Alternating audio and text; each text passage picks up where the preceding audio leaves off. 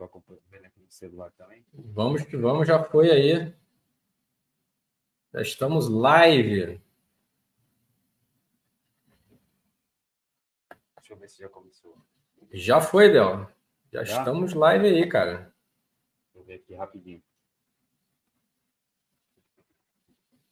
Já sim, estamos ao vivo então, hein? Né? Deixa eu mandar o link aqui nos grupos aqui, beleza? O pessoal que for chegando aí ou que for assistir depois, a live vai ficar gravada, como sempre eu falo, né? Tô meio sumido aí do YouTube. Então, provavelmente... Está sumido YouTube... literalmente, está sem câmera hoje o Del. Está sumido literalmente. Só eu literalmente. Então, hoje você pode dar recomendação de investimento, que ninguém vai te caçar, né? Só eu tô brincando. Só você que vai ser o caçado, né? Nada daqui é recomendação de investimento. Vamos apenas confabular sobre o mercado. O mercado é feito de tese, né, Del? Sim. O pessoal que estiver assistindo pelo celular, se a imagem não estiver perfeita, dá um toque na tela, aperta na engrenagem que tem do lado direito superior aí, vai em qualidade lá e aumenta para 720p, que daí a qualidade vai ficar melhor, beleza? A live vai ficar gravada, como eu sempre digo. Tô retornando aí, tô até conversando com o Rafael, se ele quiser fazer pelo menos 2 vezes por mês algum falando sobre criptomoedas. Eu não trabalho com criptomoedas, ele entende mais que eu, trabalho mais com índices e ETFs e ações. E a gente está conversando aí para o ano que vem para eu voltar, e se ele quiser fazer umas participação aqui também, fica o convite aí já para ele, né? Normalmente, quando eu mexo com criptomoeda, tá até aqui na tela mostrando para vocês, eu utilizo CFD, que não vai ser nessa live que eu vou falar. Então, eu não estou operando diretamente no Bitcoin, eu não estou comprando um Bitcoin, beleza? Como eu estou só entrando e saindo, estou especulando para ganhar no curto prazo, então eu prefiro não montar carteira nem nada, porque daí dentro de uma corretora de Forex, eu já tenho a segurança de um mercado que existe aí há mais de 20 anos, então eu prefiro, no curto prazo, fazer especulação de curto prazo dentro de corretora de Forex. Mas se você quer investir ou alguma coisa do tipo, o Rafael vai estar falando aqui sobre algumas formas, né, de você ter mais segurança, criar mais... entender um pouco mais, né? Então aqui vai ser uma introdução. Vocês podem deixar suas dúvidas aí, ou depois que acabar a live, ou durante a live, que a gente vai respondendo aí, ou agora, ou durante a semana, beleza? Vou passar a tela aqui para o Rafael, para ele fazer uma introdução, se apresentar aí. Fala, pessoal. Rafael Veloso, já vim aqui algumas vezes no canal do Del. A gente fala lá no grupo do Del. Quem quiser entrar aí depois, só ver os vídeos antigos, tem lá a forma de entrar para esse WhatsApp aí. É bem divertido lá o grupo. E hoje vamos falar um pouco aí sobre a história do dinheiro, que é um dos fundamentos aí do Bitcoin, por que é interessante o Bitcoin. E eu vou falar um pouco sobre aí o overview aí do que é o Bitcoin e o que é o Ethereum. O Ethereum eu vou falar rapidinho e o Bitcoin eu vou falar um pouco mais aí. E vou também dar dicas aí de segurança para quem quiser se aventurar no mercado, saber o que ele deve tomar cuidado, né, para não ter que aprender apanhando, né? Beleza? Ô, Del, vamos... Pau na máquina aí, vamos embora? Sim, vamos embora aí, pode fazer a introdução. E se eu tiver alguma coisa para melhorar a sua explicação aí, eu entro perguntando. Ou se alguém perguntar alguma coisa, eu leio aqui. Fechou. Eu estou com a tela inteira aqui do PowerPoint, eu não vou conseguir estar lendo, beleza? Mas a ideia aqui é disclaimer, né? Não é dica de investimento. E a ideia é trocar tese, né, cara? Bitcoin, como qualquer outro ativo, como qualquer coisa, pode sumir, pode acabar, pode dar problema, tem N problemas. Então, se você ganhar dinheiro, eu não vou ganhar nada com isso. Se você perder também, eu não quero que ninguém me cobre, né? Pô, te vi lá falando bem de tal coisa, e aí me ferrei. Então, não é disclaimer, não é dica de investimento. É apenas uma troca ali de teses, né? Por que eu te falo um pouquinho da história do dinheiro? Eu não vou contar toda a história do dinheiro, mas a gente sabe que começou lá com o escambo, o Del tinha a vaca, eu criava a galinha, e aí a gente trocava ali o ovo da galinha, ou a galinha, né, por um bife, por alguma parte. Aí, se tivesse numa cidade muita gente que tinha verdura, por exemplo, e só uma pessoa ou 2 pessoas tivessem, seria uma granja, obviamente o ovo seria mais inflacionário. Se fosse o contrário, né, quando o pessoal quisesse pegar um tempero ou comer uma salada ali, a pessoa ia ter um preço mais inflacionário, preço relativo às coisas, né? E se chegasse a um ponto de eu começar a criar coisas e não querer mais trocar, ou tiver muita demanda, começar a inflacionar, o leite da vaca ficou mais caro, porque só eu que estou produzindo, eu e mais todo mundo da minha família. Tem 5 fazendas que é todo mundo da minha família, a gente combina o preço e aí começa a inflacionar. Então, enfim, ficou dessa forma, né, durante muito tempo. E aí, depois criou moedas, né, onde depois o pessoal, começou a utilizar o sal, porque o sal era um bem, bem comum, todo mundo queria consumir sal. Então, o preço das coisas, de carne, do milho, de tudo ficou baseado ali em quantidade de sal. E aí depois criaram-se as moedas, tá? Aí veio que veio que veio. E aí eu vou acelerar um pouco essa história, porque é mais interessante. Foi lá em 1933, tá? Quando o Franklin Roosevelt, o presidente americano, ele realmente está aqui no New York Times, né? Ele proibiu, né, o americano ter ouro. Então ele tinha que vender, tinha que entregar, praticamente ele vendia o ouro para o governo americano. O governo americano saiu comprando ouro. Só que o ouro nessa época valia, se eu não me engano, na época $12 a onça, né? Que é aquela medida lá em algumas gramas, se eu não me engano, não lembro quanto é. Menos do que 1 quilo, né? Para você ter a noção. A onça do ouro valia $22, né? E aí, depois que ele pegou todo o ouro dos americanos, ou seja, o cara podia ter uma multa, podia ser preso e ainda ter multa de $10 mil. Hoje em dia, $10 mil seria equivalente, mais ou menos, aí o poder de compra, $500 mil, $600 mil, só que tem a noção. Então, pegou o ouro da galera.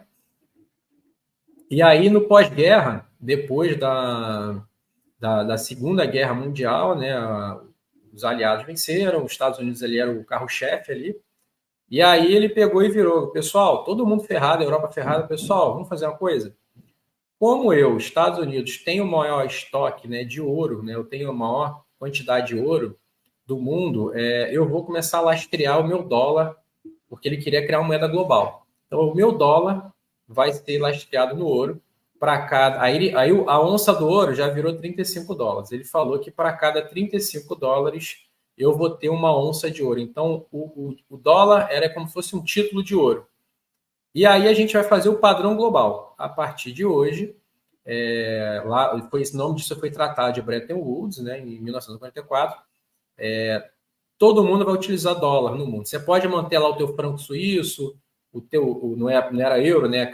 Tinha o marco alemão, cada país tinha sua moeda. E só que todas as commodities, tudo vai ser pareado no dólar, né? O dólar vai ser a moeda base. E até hoje, tá? Hoje o padrão ainda global é o padrão dólar. E aí, lá em 1900, aqui tá errada a data, e 70 e pouco, teve 1960 e pouco, teve o choque Nixon. O que foi o choque Nixon? O Nixon, presidente americano, pegou e colocou aí que não tem mais o lastro de dólar. E acabou. Acabou o lastro de dólar, porque os países começaram a querer sacar esse dólar. Toma aqui sacar o ouro, perdão. Toma aqui o dólar, me dá o ouro. E aí, os Estados Unidos pegou e deu esse beiço global. Beleza? Também teve outros exemplos também de controle do governo. O Collor bloqueando aí a nossa poupança em 1990. A Argentina também fez isso. Até mesmo lá na Europa, na Suíça, eles estão cogitando limitar o seu saque do banco. O que é isso? A gente tem aquele índice de Basileia, que é o quê? Se você bota 1 milhão no banco, o banco só precisa ter 100 mil para poder te pagar. Ele pega os outros 900 e começa a dar giro com o teu dinheiro. Emprestar, fazer o cacete a 4. E aí, quando tem essa quebra-quebra de banco que teve lá, que no caso foi do Credit Suisse, que era a segunda maior instituição, uma das maiores instituições financeiras da Suíça, né, da Europa, quebrou porque o pessoal ficou desconfiado ali de que o banco ia quebrar, começaram a sacar o dinheiro. E aí o banco não teve dinheiro. E aí o Banco Central Suíço, o Banco Central Europeu, fez esse resgate que a gente chama de bailout, falou que ia pagar todo mundo, ia ter dinheiro para todo mundo, porém o banco quebrou e ele intermediou essa compra da UBS, ou seja, essa questão de monopólio que o governo defende foi para o saco, porque o próprio governo fez com que a UBS hoje seja o maior big player aí, europeu em relação a banco. Tá? Então, só para vocês entenderem, mas e aí você está viajando, eu vou comprar Bitcoin para o governo não pegar. Não é só isso, isso aí é só para vocês entenderem que é dos fundamentos do Bitcoin, essa questão da liberdade. Ninguém consegue te tomar e esse tipo de coisa não vai acontecer. Outra coisa também importante é que os Estados Unidos pode criar dinheiro de duas formas, basicamente. Ele pode imprimir dinheiro, isso aqui é um dado do Banco Central americano, lá o Federal Reserve, você pode entrar lá. Em 2008, quando teve a crise financeira, eles tinham 900 bilhões de dólares impressos, sem lastro algum. Esquece aquele negócio de ouro que eu te falei, agora acabou. Então, eles tinham 900 bilhões de dólares impressos. Se vocês entrarem no site, vocês vão ver lá a quantidade. E aí, em 2008, quando teve a crise do real estate, eles criaram, dobraram, quase 2,5 trilhões de dólares aqui. Criaram dobraram. Vamos botar que tinha 1 trilhão, foi para 2,5. Tá, 1,5 aí. Eles criaram e injetaram na economia deles, que foram esses bailouts aí, esses resgates que teve, tá? Foi passando o tempo, lá em 2008, aqui no pré-Covid, existiam 4 trilhões de dólares impressos sem lastro algum. Ele simplesmente aperta o botão e cria riqueza, né, e vai injetando a economia dele. De 2020, que foi a pandemia, até 2023, eles criaram aí mais 4,7 trilhões de dólares, injetaram na economia deles. Tá? Como é que injetaram? Foram aqueles cheques americanos, ajuda a empresa, resgate de empresa que está quebrando, eles emprestam dinheiro, enfim, dão dinheiro, enfim. Tem formas de fazer esses resgates aí. Tá? Injetar para aquecer. E eu acredito que hoje a economia americana está aquecida artificialmente, porque eles estão injetando dinheiro criado sem lastro algum. Outra forma é títulos de dívida americana, é tipo um tesouro direto. Eles criam um papel de dívida, tá aqui esse papel equivale a 10 mil em dívida, eu vou te pagar. Se você confia em mim, você pega esse papel e me dá 10 mil. Você compra nessa dívida, eu vou te pagando os juros ali. Hoje, os Estados Unidos tem a dívida americana em torno de 34 trilhões, já subiu, tá? 34 trilhões de dólares, isso aqui está ultrapassado já. Já chegou na beira de 34 trilhões de dólares, e eles estão pagando de juros aí 980 bilhões de dólares por ano. Tá? É mais ou menos o PIB do Brasil, que é 1,2 trilhões de dólares. Eles pagam só de dívida, tá? Fora o resto. Eles têm que pagar também a dívida. Então, eles estão pagando juros de 1 trilhão, né? Eu sei que o PIB dos Estados Unidos é 22 trilhões de dólares, mas só para vocês terem noção. Então, eles criam dinheiro.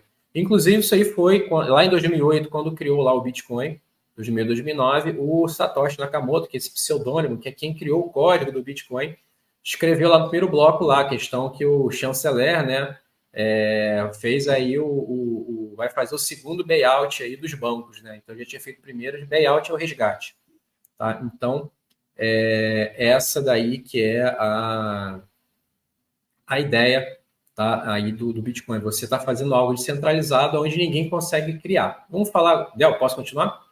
Não, peraí, vamos recapitular até aqui. Então, você aqui descreveu o seguinte, né? O lance do dinheiro, que todo mundo já sabe a história, só simplificou. Só que daí chegou um momento em que o governo tinha tanto poder que assim o dinheiro estava lastreado só no governo, não tinha um lastro material, Não. como era o ouro. É papel. Era Aperta o botão e segue.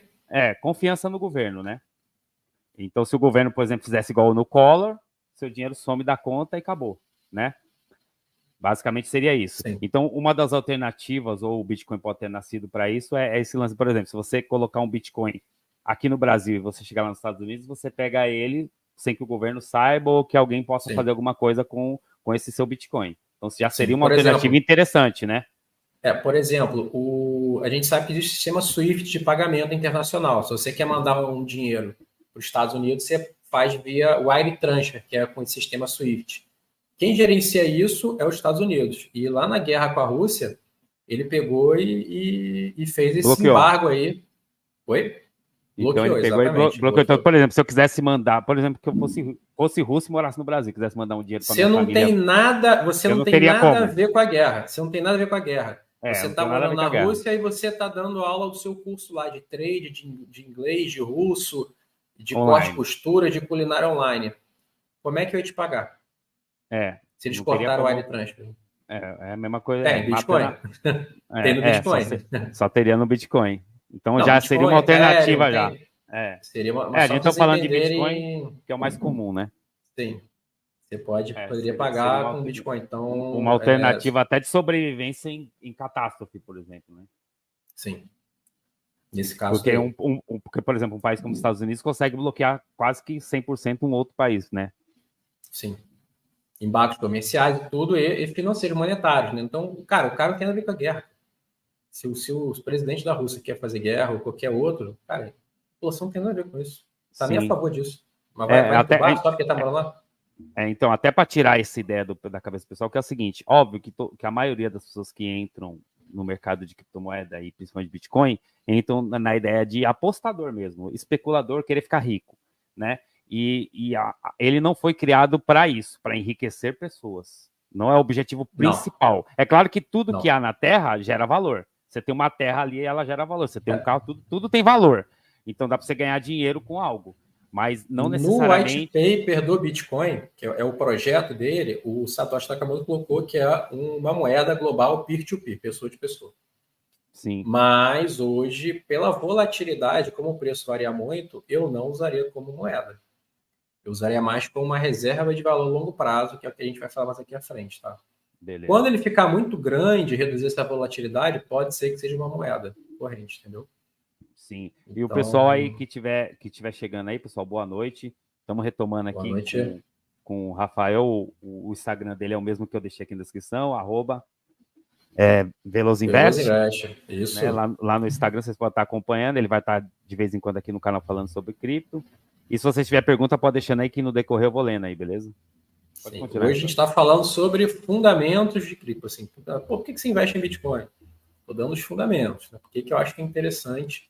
A gente está dando esse olhar. Eu vou falar pouco sobre a parte, vamos dizer assim, vou falar mais sobre conceitos de investimento. São os fundamentos que eu acho interessante. Né? Mas antes de falar sobre o fundamento, vamos falar sobre as regras. Como é que funciona? Ele é finito. Lembra que eu falei aqui dos Estados Unidos que imprime dinheiro a dar com pau? O Bitcoin é finito, vão ser no total 21 milhões de Bitcoins, tá? Já foram minerados 93%, ou seja, 93% já está por aí no mercado. Então, os novos aí que vão querer pegar vão ser só 7% ali, tá? Sim, dá uma pausinha rapidinha, Rafael. Dá uma pausinha rapidinha aí, que me veio uma pergunta que sempre me fazem. O medo das pessoas é o seguinte, por mais que o governo seja, né, questionável, vamos colocar essa palavra, né? Uhum. Tenha um alguém para você reclamar, por exemplo. Mesmo que não vai dar em nada ou dê alguma coisa, mas assim... Você pode processar, sim. Então, assim, quando você falou aí, o Bitcoin, ele tem um número limitado. Aí a pessoa fica perguntando, mas quem é o responsável? Tipo, porque como a gente já está tão acostumado a viver sem liberdade... Excelente pergunta. A gente está acostumado a viver sem liberdade que a gente sente falta do chicoteador, tá ligado? Então... O Bitcoin, eu vou antecipar, mas depois eu volto aqui para a explicação. O Bitcoin, ele é um dos sistemas mais descentralizados que eu conheço no mundo. Tá? Sistemas de monetário descentralizado. É 100%? Não. Por quê? Porque está na mão de mineradores. Aí você fala, tem 5, 6 mineradores que têm a maior capacidade de mineração. Aí começa aquela transferência. Mas, cara, é uma das mais descentralizadas, ou seja, ele é descentralizado na validação das transações, que é o Proof of Work, que são os mineradores que estão sustentando a rede, tá? Vou falar um pouquinho sobre o que é isso. É utilizado no mundo inteiro, é democrático, tá? A questão da transparência, né? Todas as informações estão na blockchain, inclusive o código, ele é código aberto, ou seja, você vê que todos os programadores, ou quem entende programação, vê que não tem maracutaia ali. Não tem como alguém chegar e produzir mais bitcoins. Está todo mundo ali e alguém do nada enriquece porque produziu bitcoin do nada, entendeu? Ninguém consegue fazer isso. Outra coisa, o código é imutável. Está lá a blockchain, os mineradores estão sustentando a blockchain, ninguém consegue mudar. Consegue invadir. Camarada, eu vou mostrar aqui a comparação, né, do que seria os supercomputadores e o que seria a blockchain do Bitcoin. Então, hoje em dia é praticamente impossível você estar hackeando, tá? É muito código, os computadores não vão conseguir fazer isso. Para conseguir fazer, você teria que comprar muitas máquinas de mineração, que são as ASICs, e hoje não tem disponível você comprar. Você teria que tentar encomendar, isso já levantaria suspeita, ou você comprar de quem já tem. Você teria que convencer o minerador a vender para você. Você teria que comprar até mais caro, porque senão o cara não venderia.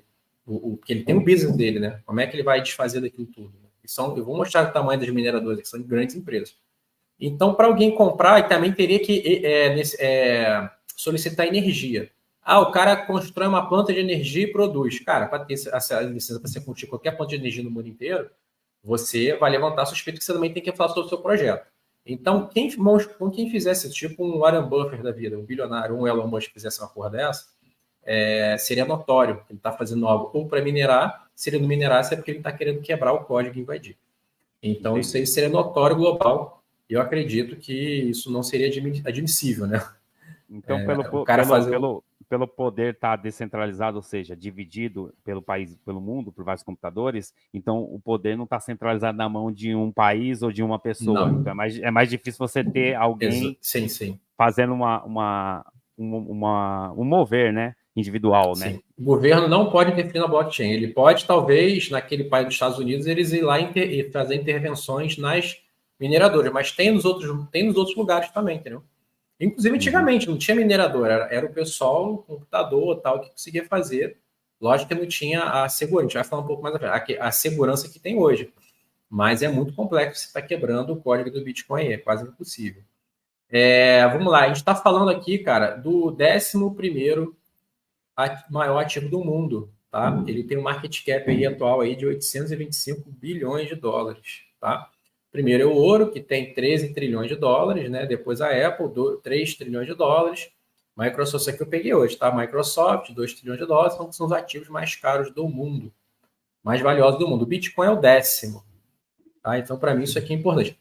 Isso daqui de cima que eu falei é importante, é bacana, Isso aqui sempre teve, tá? Isso aqui sempre existiu. Isso daqui, para mim, é novidade. Tá? Aquele papo, governo imprime dinheiro, não sei o quê, é meio anárquico, é meio...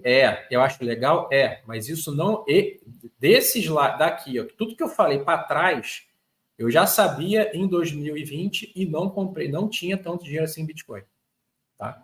Dessa linha para baixo foi o que me moveu, que foi lá para 2020, me moveu a começar a comprar Bitcoin. Tá?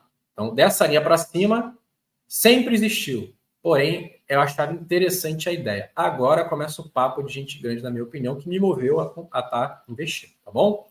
Não é recomendação de investimento, é só o que me moveu. Vamos lá, agora é o papo de gente grande. Lá é o papo tecnólogo, agora é o papo de gente grande. 10º maior ativo do mundo que a gente está falando. Tá? Já transitou, aqui, ó, isso aqui é o dado on-chain. Como a blockchain é aberta, os sites fazem esses códigos para poder estar capturando informação, transformar em gráfico. Em 14 anos de Bitcoin, já transitou mais de 110 trilhões de dólares, né, equivalente em Bitcoin, dentro da blockchain. Então, o pessoal está usando, né? Então, é como se fosse uma Visa, um Mastercard, né? Você está investindo ali também no meio de pagamento, tá? Então, precisa ter noção, assim, eu vou mostrar mais na frente os números, é comparável. Tá? O Bitcoin transita aí por ano, talvez 2, 3 trilhões de dólares, a Mastercard transita 5 e a Visa transita 10 ou 11, se não me engano. Tá? Então, a gente está falando de coisas que o pessoal realmente utiliza. Então, 11º é o 10º ativo, aqui está 11º, que esse aqui é o texto antigo, é o 10º ativo mais curioso do mundo. Né? Países adotando, né, regulamentações e tudo, Estados Unidos, o Brasil já tem, tal, adesão global aumentando o crescimento similar à internet. Então, a adesão do Bitcoin está sendo similar aí à velocidade de adesão da internet lá nos primórdios, né? Segurança nunca foi invadido, já está trabalhando há mais de 5 mil dias, em dia até mais. Isso aqui foi no início desse ano que eu fiz a apresentação. Não, já tem mais ou menos, já tem mais uns 5.500 dias aí, funcionando 24 horas por dia, sem parar. Tá? Ele fez aí nesses 14 anos, como eu falei, 110 trilhões de dólares, sem um governo, sem um CEO, sem pedir permissão para qualquer pessoa. É a regra do jogo, é código, conecta a sua carteira, paga a taxa, manda para cá, manda para lá. Simples assim. Tá? Maiores instituições financeiras do mundo, né, investindo em Bitcoin e investindo em instrumentos financeiros para estar fazendo trade, para estar ofertando para os seus investidores e clientes, tá? Agora vamos lá, vamos falar um pouquinho sobre... Eu vou mostrar as reportagens, tudo falando mais à frente. Vamos falar sobre mineração, né? Esse hash rate que todo mundo fala é a capacidade computacional, né? A gente já chegou na casa de 400 terahash. Vocês têm a noção aqui, os top 500 supercomputadores e quanto é a blockchain do Bitcoin. Capacidade computacional ali em hash rate, só para vocês terem noção de como é. Essa daqui é uma mineradora, por exemplo, o tamanho da empresa. Quantidade de coisa que tem aqui dentro. Isso aqui é uma ASIC, né? Tem milhares dessas empresas, tá? Entendi. Só para vocês saberem como funciona. E aí, como é que o minerador ganha dinheiro? Fazendo a mineração, né, o registro das transações nos blocos da blockchain. Então, a cada ali, mais ou menos 10, 15 minutos, é minerado um novo bloco. Isso aí é um setup, né, do algoritmo da blockchain. E aí o pessoal coloca lá, lembrando que a gente coloca tudo criptografado, você vê como é que é a quantidade aí de hash rate aí que é feito, tá? Lá no início, o halving ocorre, isso é um evento que o pessoal está falando que vai acontecer no que vem, que isso que é o halving. A cada 210 mil blocos minerados, que dá mais ou menos 4 anos, né? Esse tempo, se for botar 10 minutos, né? Vezes tal, 210 mil blocos dá mais ou menos 4 anos, né? A cada 4 anos ocorre um halving. O que é isso? Isso também está no algoritmo da blockchain do Bitcoin, né? Quando o cara fez, já fez nessa pegada. O cara que minerava lá em 2009, 2010, ele ganhava 50 bitcoins para cada bloco que ele minerava. Tá? Depois, a cada 4 anos, foi caindo pela metade, passou para 25, 12. Hoje o minerador ganha 6,25 bitcoins para cada bloco minerado. E você vê como o hash rate, ou seja, quando o hash rate aumenta, significa que está aumentando a capacidade computacional da rede, ou seja, está aumentando o volume de mineradores. Entendi. Só dar uma pausa aí rapidinho, então. O minerador é alguém, ou empresa ou pessoa física, que resolve trabalhar com mineração, compra os equipamentos e começa a sustentar a rede. sustentar a rede. Tá. Ele ganha de quem? Da onde vem o dinheiro? Ele ganha da rede Da blockchain. ali? A Da blockchain. Cada bloco mineral, vamos dizer que eu, você e mais 5 participou da mineração daquele bloco. Cada um vai ganhar esses 6,25 bitcoins, cada um vai ganhar proporcional, entendeu? Entendi. Então, por exemplo, se alguém que está assistindo aqui, pô, eu queria começar a minerar, por exemplo, ele poderia. Poderia. Eu não Ok. sei se é válido, se é vantajoso um pequeno minerador trabalhar hoje ou não. Isso aí eu acredito que não, tá? No Porque começo valia a tem pena. muita Não, mas empresa. é só para mostrar que assim, tá aberto a todos, entendeu? Você pode dar uma cagada e achar um bloco. Achar um bloco é tipo conseguir minerar um bloco sozinho. E aí Entendi. você, com um computador pequeno, até um celular, você pode dar uma cagada e tipo uma loteria, entendeu? E conseguir. Entendi. Mas é difícil Perfeito. você conseguir minerar. Mas, Perfeito. enfim, só para terem noção, ano que vem a recompensa vai cair para 3,125, ou seja, o cara está investindo, né? O cara não, vários estão investindo para poder subir empresas desse nível daqui, desse tamanho, né? Então, e vai cair a recompensa dele, o pagamento pela metade. Né? Imagina o Dell cobra hora-aula para dar aula de trade, ano que vem vai ser a metade da recompensa. Então, ele, entendeu? Então, significa o quê? Que o pessoal acredita que o Bitcoin vai subir, justamente para poder compensar esses custos. Até tem um modelo matemático que eu estimo o preço do Bitcoin em 2030 só baseado nisso aqui. Que a cada 4 anos vai ter halving e que também o preço das coisas aumenta, tipo a inflação média. Né? Se eu considerar uma inflação média de 5% ao ano, que eu sei que é mais, né? Em todo mundo, né? Apesar de, os Estados Unidos tem inflação de 2, mas vai ver lá no 2 é assim, inflação que o governo fala, mas vai ver ali no dia a dia quanto custa as coisas, salário, tudo, né?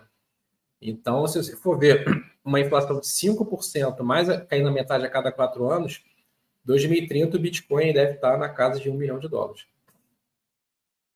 Tá? Mas a gente pode marcar um dia, Del, eu te mostro esse modelo matemático aí, como que eu cheguei nesse valor, tá?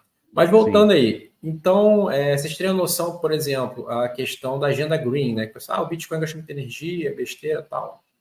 Se for para pensar, cara, o YouTube gasta 244 terawatt-hora ano, tá? Isso equivale a uma cidade tipo a Suécia, tudo, de energia. Só o YouTube. Só aqui onde é que a gente está falando.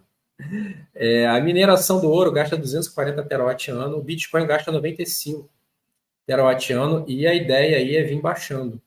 Tá? O Bitcoin é uma da... Aqui, ó, pode até ver aqui. Ó, é um estudo recente da Universidade de Cambridge mostrou que a proporção de energia renovável utilizada pelos mineradores do Bitcoin aumentou de 39% em 2022 para 52%, ou seja, os mineradores estão investindo em tecnologia green justamente para você estar reduzindo toda essa parte também de efeito global. Tá? O Ethereum gastava 114 terawatt-ano, PayPal gasta 0,26. Hoje o Ethereum, que é o Proof of Stake, que é outra tecnologia de mineração, de validação, a gente pode falar outro dia, é 0,01, ou seja, o Ethereum é muito mais econômico do que o Bitcoin. Mas eu acho que um sistema financeiro global, gastar o que, vamos dizer, quase abaixo da metade do que o YouTube gasta, eu acho que é mais válido do que o YouTube. Questão de gasto, tá? Só para mostrar o que é mineração e como a rede é sustentada, tá? A segurança, por isso que eu quis falar sobre esse slide daqui. Tá? E mais um big player, né? Esses caras estão investindo pesado para manter aí no jogo do Bitcoin, tá? Então, esse aqui é o primeiro big player aí que eu venho apresentando. O estado do Texas também está a fim de virar um polo de mineração, enfim. Tem estados americanos que estão querendo proteger os mineradores, porque se o cara imputar alguma coisa ligada a uma coisa legal na blockchain, uma foto legal, alguma coisa assim, um vídeo legal que é possível você fazer, os mineradores não vão ser arrolados porque eles estão sustentando a rede, enfim. Meio óbvio, seria a mesma coisa que processar o Google porque eu salvei algo legal no cloud deles. Como é que eles vão saber, entendeu? Mas Entendi. enfim, vamos voltar lá. Quem investe em Bitcoin, né? Léo, vou fazer uma pergunta aqui, ó. Começar com essa pergunta aqui. Isso aqui é interessante também. Quantas pessoas você conhece, né? Quantas pessoas você conhece que tem, vou dar uma ajeitada aqui. Quantas pessoas você conhece que tem $1 milhão? Sei lá, umas 20. Que tem 1 milhão, não, que tem tipo $10 milhões. 10 milhões? Aí não Você sei conhece? exatamente. Sei lá, talvez umas duas, três. Empresário, né? Que eu já tive empresa. Já tá. Que Empresário, tem R$ 50 milhões. Você conhece gente? Você conhece gente que tem? conheço. Acho que até mais de três. Show. Então você tem um bom. Opa, só acertar aqui o texto ao vivo. Foi mal, mas você conhece que tem. Ficou até pro final. Tava certo, não tava errado. Quantas pessoas você conhece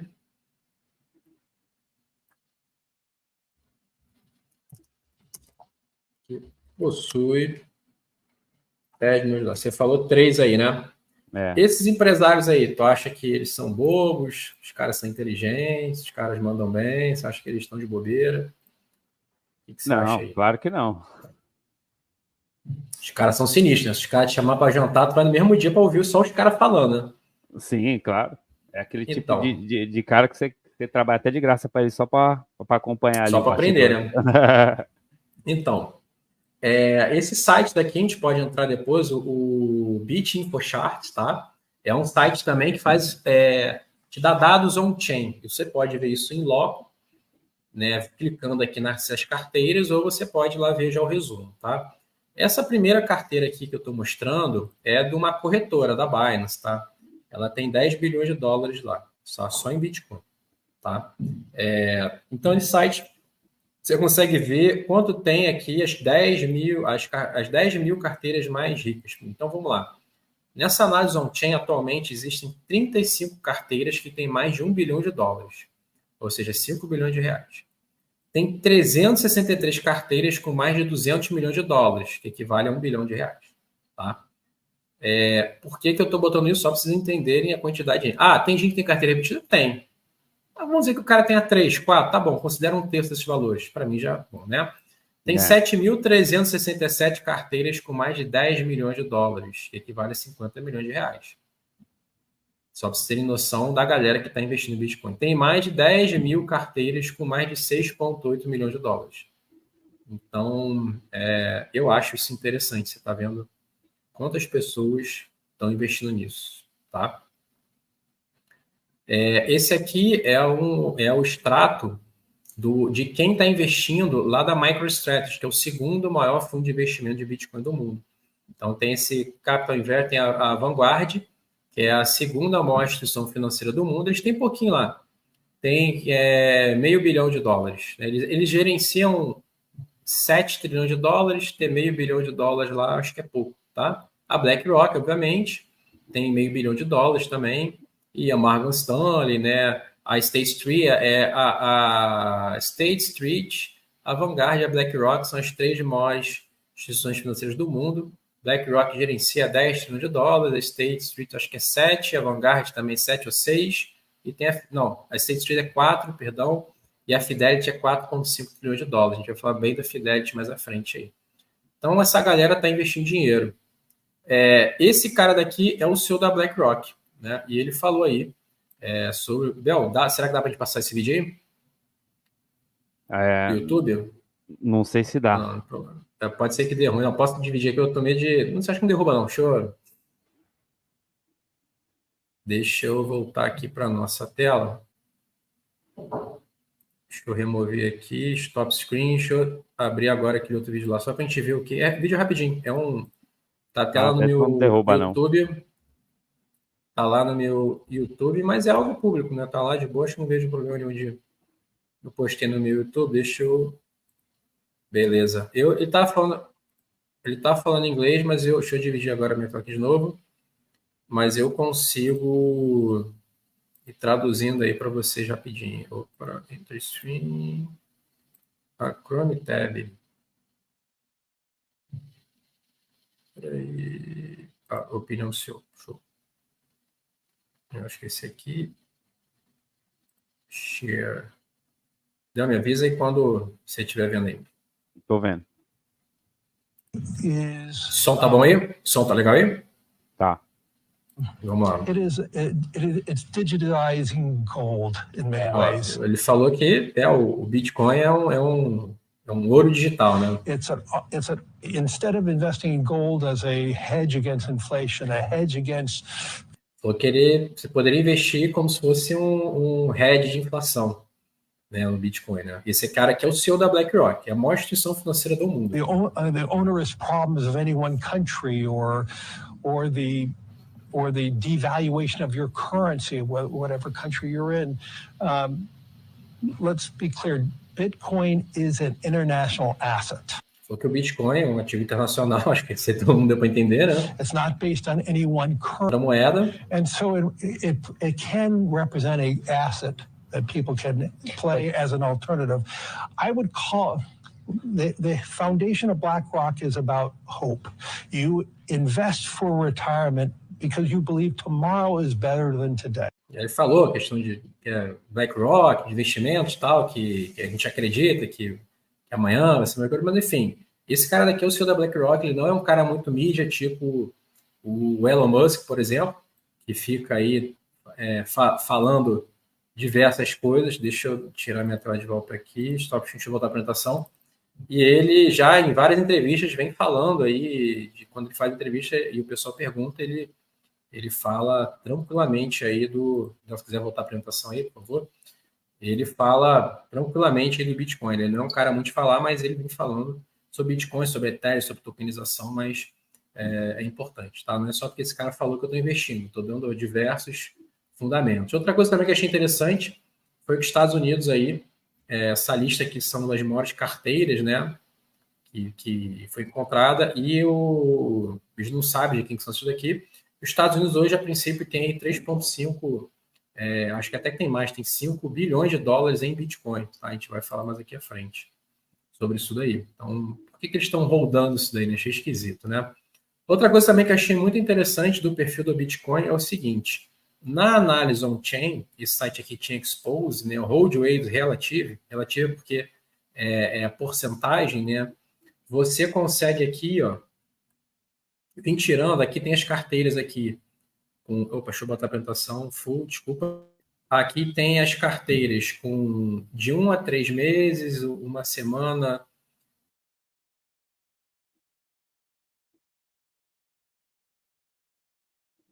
E travou aí, ô Rafael. Não sei se o Rafael tá ouvindo a gente aí.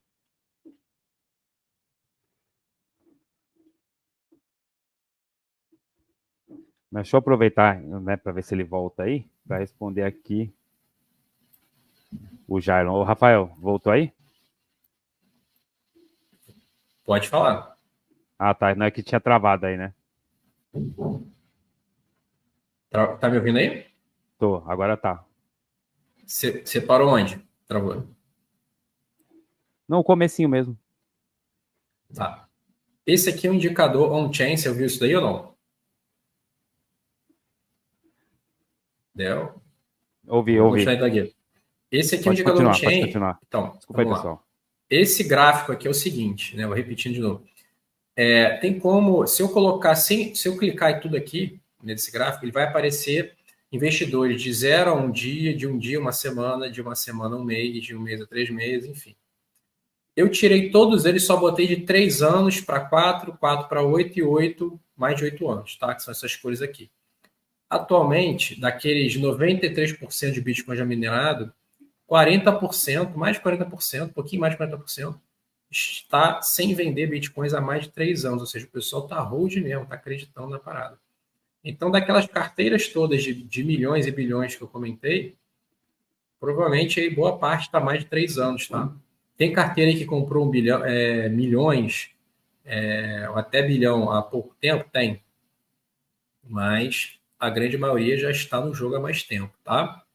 Existem 50 milhões de carteiras com algum saldo, ou seja, só para você ver como é que é a escalabilidade aí do Bitcoin, tá? Quem está investindo em Bitcoin, ó, o Del começou a live falando que ele trabalha muito com ETFs, né? Os CFDs, os ETFs seriam parecidos e tal, né? Índice e tal. O ETF é o Exchange Trade Fund. O que é isso? Também tem, por exemplo, ETF de ouro. Em vez do cara comprar uma peça, gramas de ouro, ou uma placa, ou uma barra de ouro, ele pode comprar o ETF de ouro. E é o que o Del opera aí, o XAU. É um CFD, mas também poderia ser um ETF de ouro. E aí é um papel atrelado ao valor do ouro, né?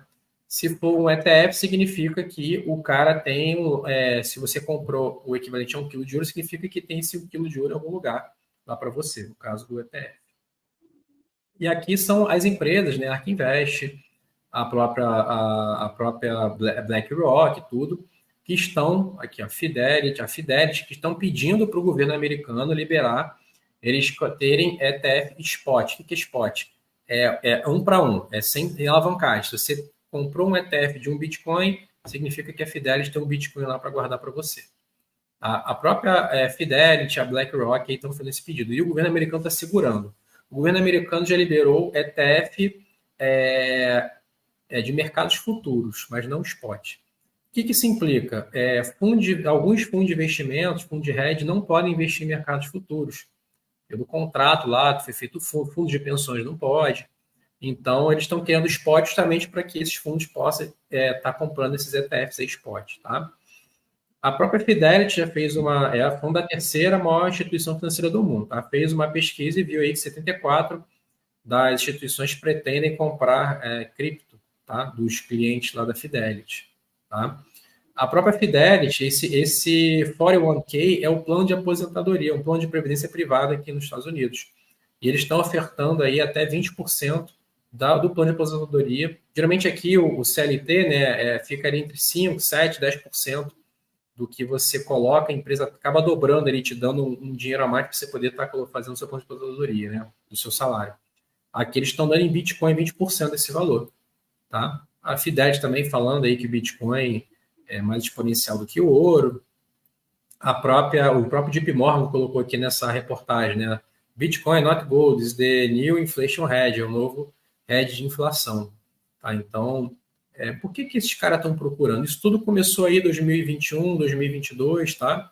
Se a gente disse aqui é 2021, isso aqui é 2022, só para vocês terem noção de como que o institucional, né? Então, isso são fundamentos. Por que esse pessoal todo está querendo, está brigando, está lutando, está tendo reunião com a SEC e os caras não estão liberando desses caras aqui estarem comprando, vendendo Bitcoin, ofertando para seus clientes? Por que eles estão com esse interesse todo? Tá? Por que o CEO da BlackRock fica falando, rasgando seda aí para o Bitcoin, o pessoal da Fidelity também, enfim. Por que estão fazendo isso? Porque o negócio desse é interessante, né? Nasdaq também, a bolsa americana que a gente opera. Rapidinho, Rafael, você está mexendo na tela porque ela está parada aqui. Mexer aqui na tela. Ah, porque para a gente aqui tá como se tivesse pausado aí. Ah, agora tá mexendo. Agora foi pro Nasdaq. Agora foi. Foi mal. Então deve estar com delay. Vou mexer pra caramba aí. Vai mexer pra caramba e depois vai cair no Nasdaq. Vamos lá. Eu parei aqui no Nasdaq agora. Não, tá no Nasdaq. Isso. Tá cortando meu áudio aí? Tá bom. Não, o áudio tá perfeito. Então, show. Quem investe no Bitcoin? Nasdaq também. Eles estão criando instrumentos financeiros para poder estar tokenizando, vendendo Bitcoin, criando instrumentos financeiros para Bitcoin. Então, eles estão investindo nisso. Toda aquela crise que teve, desde de 2020, 2021, os caras estão investindo dinheiro em criação de estruturas financeiras, tá? A Bolsa de Chicago, que é a maior bolsa de mercados futuros, tirando o Forex, né? A CME também está já operando aí Ethereum e Bitcoin no mercado futuro lá. Inclusive, algumas semanas atrás, a CME ultrapassou a Binance em volume financeiro de trade de Bitcoin, tá? Não sei como é que tá hoje, mas teve umas notícias aí que a CME ficou sendo a primeira. Binance é a maior corretora, né, de cripto do mundo, e o maior volume financeiro é da Binance, e a CME, que é a Bolsa de Chicago, ultrapassou, tá? O Bank of America também fez uma pesquisa e viu que 90% das pessoas pretendem comprar cripto, tá? Então, quando liberar o ETF que a gente comentou, vai ficar mais fácil as pessoas comprarem, tá? Quem não quiser comprar on-chain, quem não quiser comprar de alguém, quem não quiser comprar para botar para sua carteira, fazer custódia, isso tudo, o cara vai poder comprar direto. O Itaú está vendendo, o Itaú já vende Ethereum e Bitcoin de ela direto, tá? Engraçado que o Itaú, há um ano atrás, ou 2 anos atrás, ele congelou a conta de um cara que estava comprando Bitcoin. E aí hoje eles estão vendendo, né? Então é engraçado isso, né? A Fidelity, tá vendo? Tá desenvolvendo aplicativos de trade para Bitcoin. O Goldman Sachs também está fazendo isso, tá? O JP Morgan também está fazendo aí. O JP Morgan está até interagindo com o mercado de finanças centralizadas. JP Morgan Execute First DeFi Trade Use Public Blockchain. Então, os caras estão olhando. Eu estou falando das maiores instituições financeiras, só de Big Play. Não estou falando de Itaú. Falei agora de Itaú, não estou falando de Bradescão, não. Estou falando de cara de bilhão mesmo, tá? Bilhão e trilhão. Beleza? Sim. Pode tocar o pau aí, Del? Pode, não, tá tranquilo. Essa aqui foi o que eu mostrei, né? Aqui mostrou o governo americano, até notícia, o tesouro do governo americano estava com apenas 50 bilhões de dólares de caixa, tá? E aí, na outra notícia eu vi aqui que os Estados Unidos, a princípio, tem 5,6 bilhões de dólares que foi apreendido de golpes que teve, entendeu? Então, esse ano os Estados Unidos chegou a, não sei como é que está hoje, mas os Estados Unidos já chegou a ter 10% do caixa deles equivalente ao Bitcoin. Por que eu vendo essa bosta? Por que eles estão guardando isso, entendeu? Sim. Tá? A China também, a China tem 3... Oi? Pode então, falar. aqui você tá colocando aqui, investe, no caso, para o pessoal entender, ou até quem chegou agora, a Marlene. Boa noite, Marlene. Boa Saudade noite. do pessoal. Depois eu vou rapidinho responder a pergunta do Jairlon ali, beleza? Mas assim, você está falando de instituições, beleza? Porque às vezes a pessoa pensa, quem investe em Bitcoin está pensando que está falando de pessoas. Por enquanto ainda não estamos falando de pessoas investindo em criptomoeda. Primeiro ele está colocando que instituições, né, que órgãos, que bancos, que fundos de investimentos. Quem que está mexendo com isso? Quem que está mexendo com ele, no caso, para... Que tem know-how já. Pessoas, né? A gente só falou sobre a quantidade de carteiras, né? Lembra? Tem mais de 10 mil Sim. carteiras que tem mais de 6,8 milhões de dólares, né? Tem 35 carteiras que tem mais de 1 bilhão, tem 7 mil carteiras que tem mais de 10 milhões de dólares. Essa é a galera que está investindo, né? 40% já tem mais de 3 anos de Bitcoin, não vende. Essa daí é a galera que está investindo, mas eu estou também focando no institucional, tá? Sim, mas assim, eu vou te fazer uma pergunta que eu acho que não sei se é difícil. O porquê que você acha que as empresas estão investindo em Bitcoin? Assim, vai valorizar. No mundo material, assim, isso vai servir para quê no futuro ou agora? O Bitcoin? É um hedge de inflação, é uma proteção. O cara que está comprando ouro, por exemplo, como hedge de inflação clássico, ele não quer depois derreter o ouro para fazer uma placa de computador ou alguma coisa assim. O cara quer se proteger o dinheiro dele. Então, é um hedge de inflação. Hoje, para mim, a principal função do Bitcoin é um hedge de inflação e valorização também. Eu acho que é um ativo que... Então, deixa eu ver se eu entendi, que acho que eu vou dar uma explicação que vai ser interessante para a pergunta que me fazem direto. Mas, por exemplo, o ouro, ele pode ou não... Na maioria dos casos, quando são feitas transações, o ouro vai ser tipo um papel. Você tem uma nota de 100, essa nota de 100 só vai trocar de mão. Mas ela não vai virar um avião e sair voando, né? Assim, ela não vai virar algo material que você vai plantar, vai fazer alguma coisa com ele. Vai ser um papel, esse papel tem valor na minha mão, passo para sua mão, para outra mão, ele só fica circulando. E os Estados Unidos cria quanto quiser. Ele só fica circulando. E no caso, quando os Estados Unidos cria um novo $100 lá, esse $100 que está na minha mão, ele passa a valer menos. Sim, entende? você perde poder de compra. Você perde poder de compra, entendeu? No caso do ouro, você tem um pedaço de ouro. Vamos fazer aqui a analogia do ouro com o $100 que eu falei. Não tem como o governo criar um ouro para aquele pedaço de ouro meu começar a desvalorizar rápido. né? Porque estão minerando o ouro e ele é limitado, então ele desvaloriza gradativamente. Na verdade, o ouro desvalorizou, porque você vê, você que opera, vê o Xiao aí, bota no mensal, você quer botar no gráfico aí? Olha aí quanto foi o último topo, olha quanto ele desceu e quanto ele subiu. A gente já está chegando praticamente perto do topo histórico. Mas quem comprou ouro, sei lá, quem veio comprando ouro... 2011 ali, mais ou menos, ele teve uma queda, começou uma queda forte ali, não foi? Não ganhou muito dinheiro não, cara. Valorizou, acho que talvez 60%, 50%, né? Então, o cara acabou que perdeu dinheiro. Perdeu dinheiro, poder de compra, não do ouro. É poder de compra. Mas assim, o ouro voltou a se valorizar e tem liquidez também, né? Sim. Bitcoin também, você compra e vende o que você quiser. Pô. Então, não, mas o que eu queria explicar rapidinho, então. A pessoa que tem um pedaço de ouro, o governo não tem como manipular a desvalorização e valorização desse ouro. Entende? Por quê? Porque ele não tem como fabricar mais ouro. Né? Porque o que faz algo desvalorizar? Mais oferta daquilo, aquilo perde valor. Né? Então, por exemplo, você tem uma nota de 100. Se o governo produzir mais nota de 100, aquele mesmo 100 que tem na sua mão vai comprar menos coisa. Entendeu? Agora, aí eu tive a pergunta. E o Ganda que falou que descobriu jazidas, eu não sei se é verdade, mas descobriu jazidas de ouro na terra dele, equivalente aí a quase 10 trilhões de dólares, ou seja, ia duplicar o market cap. E aí, se aumentar a oferta de ouro no mundo, se descobrirem isso, e aí? O ouro pode perder valor. Pode perder valor. Sim, mas deixa eu só completar, então, para mim levar o raciocínio da pessoa a entender, porque assim, a pergunta que mais me fazem é essa mesmo. Del, mas aí quando eu tenho, ou como eu compro uma ação da Apple, existe a empresa, a fábrica lá, o prédio, ou quando eu compro o ouro, existe o metal tangível, né? Eu posso pegar uma barra de ouro e guardar no meu bolso, mas na maioria das vezes, quando essas transações por exemplo, você quer proteger o seu dinheiro de alguma crise, você não compra o ouro, igual o Rafael falou, você não compra um pedaço de ouro, traz para cá, derrete, faz um anel. Você compra normalmente compra um título que vale um X tanto de ouro, para no futuro você voltar aquele X ouro em dinheiro de novo para você comprar comida. E você entende e confia que essa pessoa vai ter. Quem vê o último capítulo aí, não tem nada a ver com a vida real, sei que é fantasia, mas eles ilustraram o último capítulo da La Casa de Papel, aquele seriado famoso, né? Quem não assistiu, acho que vale a pena assistir só o último capítulo da última série. Vou dar um spoiler, né? Os caras assaltaram lá o Banco Central lá espanhol, roubaram o ouro, esconderam o ouro e aí pegaram os caras. Aí eles falaram, meu amigo, faz uma parada. Mas eles fizeram de propósito, faz uma parada. Arruma pra gente documento falso, documento real, com outro nome, tudo, libera a gente.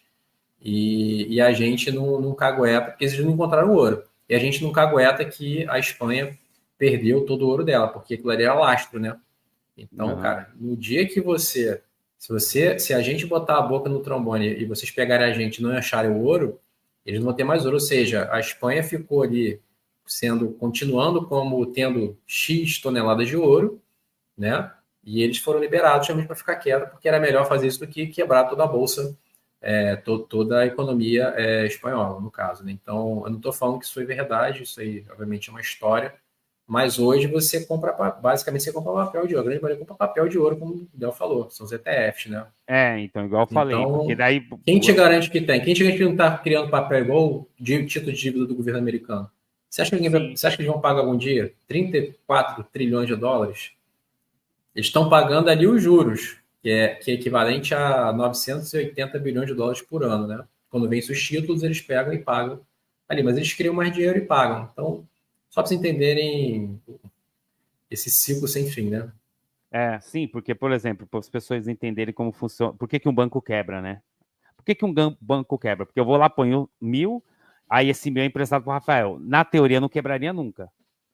Mas o que acontece? Você põe o seu 1.000 e esse 1.000, ele serve de garantia para fazer mais 10.000. Então, os 9.000 que vai ser emprestado é um dinheiro que não existe de fato. É um número colocado na conta de outra pessoa baseado nos 1.000 primeiro que você colocou. Isso é a vida real, pessoal. Não estou inventando moda, não. Eles alavancam dessa forma. Eles alavancam. Ou seja, que nem a Rosário que chegou aqui agora, se ela depositar R$1.000 lá no banco dela, o banco pode, em cima desse 1.000, tô dando um valor hipotético, beleza? Emprestar 10.000. Vocês estão vendo minha tela aí, não tá? Tá vendo minha tela aí do PowerPoint? Tá vendo? Tá, né? Sim. Então vamos lá. O Del botou 1.000, né? O Del botou lá, tem 10 mil. O banco precisa ter quanto lá para pagar o Del?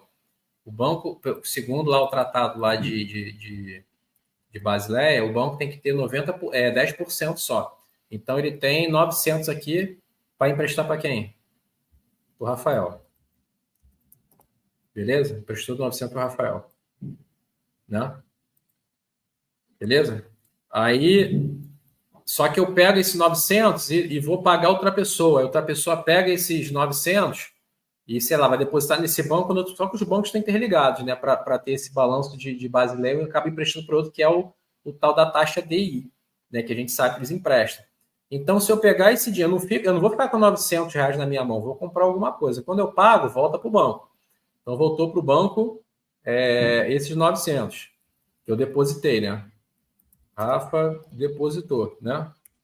Aí desses 900, quanto que ele pode emprestar? Ele pode pegar e emprestar, ele tem que manter 90, concorda? Aí ele pode botar para dar giro 90% disso. 90% disso, ele pode pegar, vai dar... 810. Ele vai poder pegar... Oi? 810. 810. Então, em 810, eles podem emprestar. Vai emprestar para quem? Emprestar para a mãe do Del. Sim. Entendeu? Aí a mãe do Del vai depositar 810. Se você somar, se você começar a somar aí, ó, os 900, olha os quanto 800, já tem, ó, só tinha, o dinheiro que existia só era o 1.000. Só que tá vendo que tem mais do que o 1.000 aqui? Ou seja, começou a nascer um dinheiro que não existe. Então, se todo mundo for no banco agora, a partir de agora, e pedir o dinheiro, o único dinheiro que existia, de fato, era os 1.000. Mas tem mais de 1.000 aqui. Então, o banco quebra porque ele não tem todo o dinheiro. É isso. Ele não vai conseguir pagar todo mundo. Agora, vou fazer um laço, assim, bem absurdo com o Bitcoin. O Bitcoin não tem como ser feito um negócio desse. Não. Entendeu? Não tem como. Por quê? Porque não está no domínio do banco e nem está no domínio do governo. Você pode se alavancar, existem corretoras que você pode se alavancar. Mas, por exemplo, se não, mas aí você tem um intermediário, se o preço cair... Não, corretora eu digo descentralizado, entendeu? Eu posso colocar Bitcoin, só que em forma de Rapid Bitcoin, por exemplo, e aí pegar um empréstimo. Sei lá, eu boto R$10.000 e pego um empréstimo de 20, dobro, entendeu? Só que se o Bitcoin cair pela metade, ele vai liquidar o meu dinheiro para poder garantir, entendeu? Sim. E eu vou pagando juros desculpa, o dobro não, perdão. Eu não vou conseguir fazer isso. Só se eu fizer um trade. Se o Bitcoin cair, eu não vou pegar empréstimo. Eu posso fazer um trade alavancado. Para eu pegar empréstimo, eu tenho que pegar menos do que eu tenho, tá? Que é a saúde ali. Mas se o Bitcoin desvalorizar, ele pega e liquida o que eu tenho ali. É o valor que você tem. É o valor que você tem ali. Você não vai ficar devendo mais do que o dinheiro que você tinha lá no caso, né? Não. Tá, só para aproveitar rapidinho aqui, fazer uma pergunta então. Se alguém agora que for ali numa corretora Binance e comprar um Bitcoin e amanhã a Binance falir, a pessoa vai perder todo o dinheiro dela e não vai ter para ninguém reclamar? Na Binance você pode ter. O problema é que não existe regulamentações em relação às corretoras.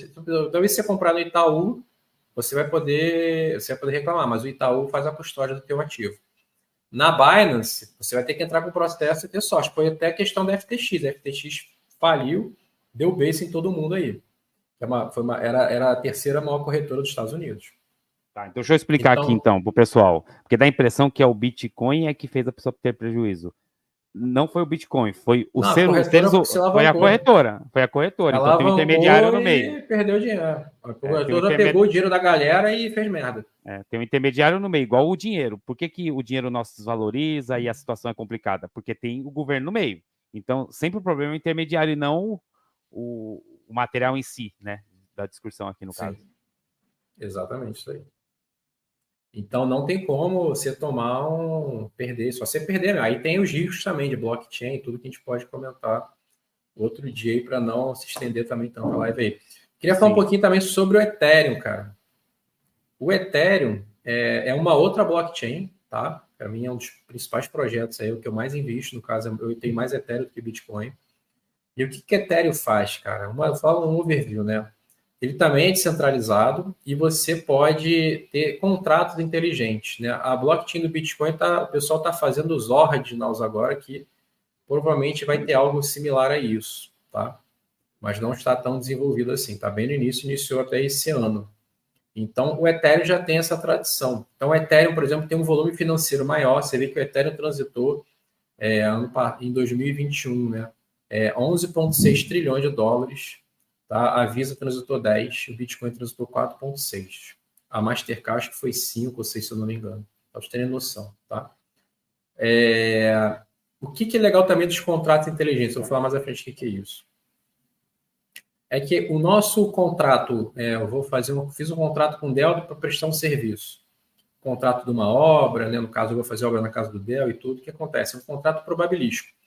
Se o Dell me pagar e eu não for lá na casa dele fazer a obra, se ele pagar metade, né, e eu não for lá nenhum dia, ele vai ter que me processar. Né?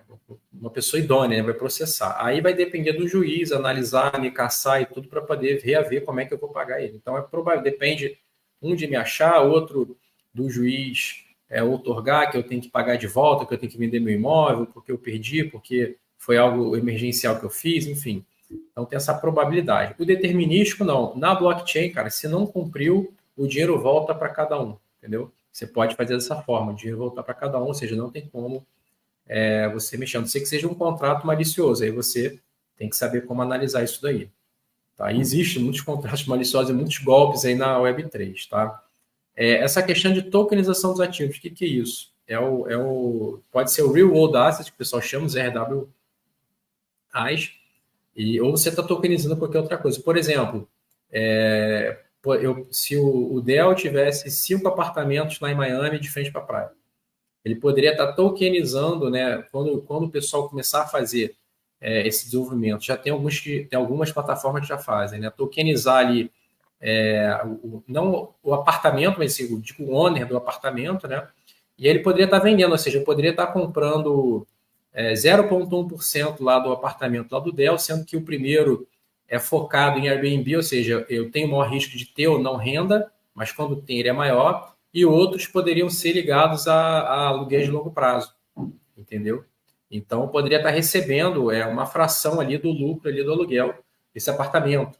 Você pode estar tokenizando, enfim, tudo, né? Diversas coisas, artes, né, que são os NFTs.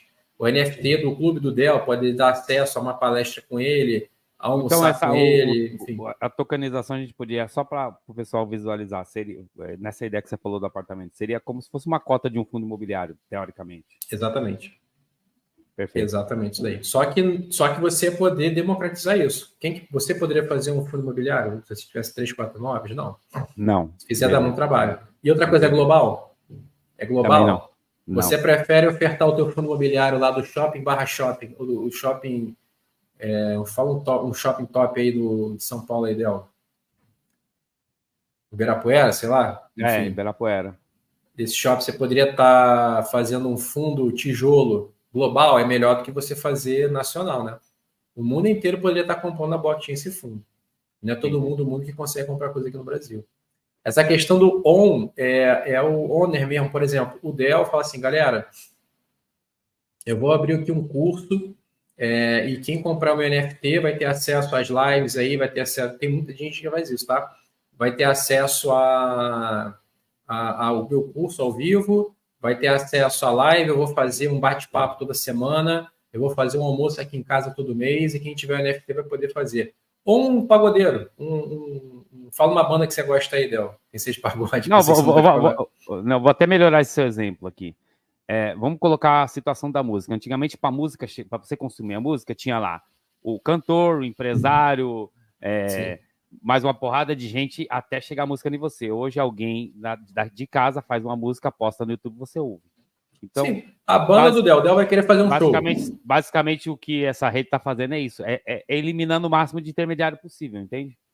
Principalmente o governo. Você tem uma banda, você quer fazer um show, vai gastar 100 mil para fazer o primeiro show. A pessoa fala assim, cara, quem comprar meu NFT e me financiar esse primeiro show, durante o ano de 2024 vai ganhar, eu vou pegar 10% que eu ganhar com o show e vou depositar nessas e vou distribuir igual nesses NFTs. Entendeu o que eu tô falando?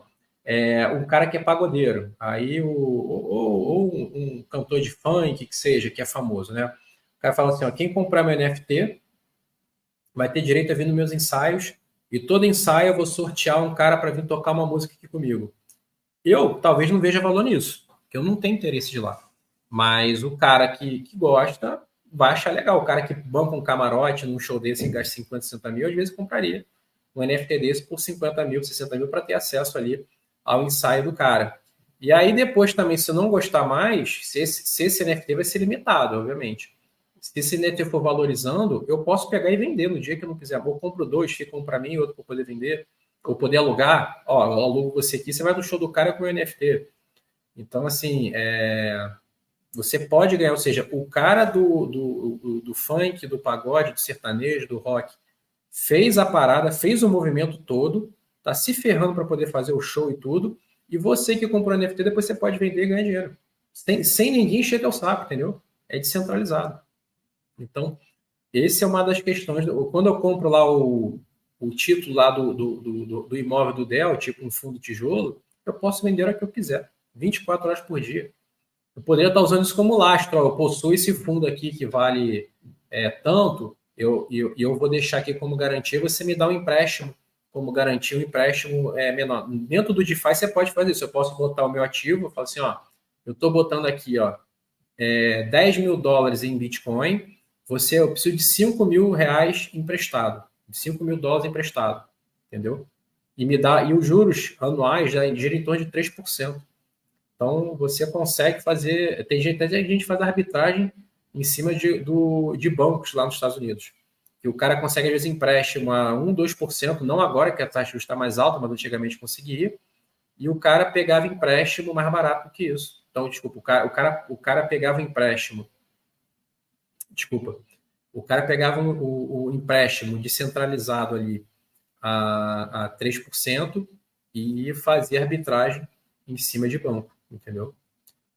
Escalabilidade global, a mesma coisa. LGPD, dados, sigilo, porque você, hoje na Web 1, você tinha que botar o username, password. Na Web 2, você tem que ir lá logando o seu Google com tudo.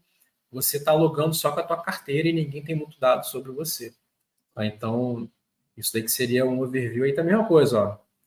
O ETF de Ethereum, né? A BlackRock está querendo pegar, a própria Fidelity também tem, o sistema, a Swift está fazendo todo esse movimento de cross-chain e também tokenização junto com a Chainlink, que é um projeto que tem dentro da blockchain do Ethereum. Enfim, aqui é um vídeo, não vou passar para a gente não se entender muito, mas é um vídeo também do CEO da BlackRock falando sobre a parte de tokenização, que vai ser aí a próxima coisa mais disruptiva no mundo, tá? Esse aqui é o TVL, o Total Value Locked, que tem hoje no DeFi. Hoje tem 46 bilhões de dólares travados lá no DeFi, o pessoal fazendo todo esse movimento, né?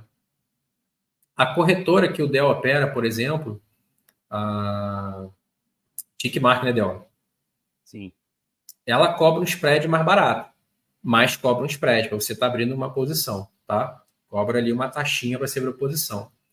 No mercado DeFi, você pode estar colocando seu ativo para quem quer comprar e vender Ethereum e Bitcoin, Chainlink ou qualquer outro. Você pode estar fazendo uma pool de liquidez, entrando numa pool de liquidez. E aí, quando o pessoal vai comprar e vender, ela paga essa taxa, esse spread. Tá? E é só que esse spread vai para a piscina. Ou seja, se a piscina for de 1 milhão, você vê que tem milhões e bilhões. Mas só para exemplificar, a gente tem uma piscina de 1 milhão. Eu tenho 50 mil, o Dell tem 100. Quando o pessoal paga o spread para poder estar comprando e vendendo dentro dessa piscina de liquidez, eu boto lá o ativo para poder comprar e vender como quiser, entendeu? Eu vou ganhar 5%, eu vou ganhar 10% dos spreads, só para você ter noção do que é o market maker, tá? Entendi. Tranquilo, Del? Não, até aqui, perfeito. Cara, vou passar as dicas de segurança agora. Eu já falei um pouco aí do porquê que eu gosto de investir em cripto, que eu acho interessante, mesmo não sendo dica de investimento, mas vamos lá para as dicas de segurança também, né? A primeira coisa é não conte para ninguém que você investe em cripto ou em qualquer coisa, tá? A gente que produz conteúdo, a gente acaba se expondo um pouco mais. Mas se você não produz conteúdo, Se alguém te perguntar, você fala que nem sabe o que é isso, não investe, tá? Questão de segurança. Melhor você não contar para ninguém que você investe em cripto. Tem até ações, qualquer coisa.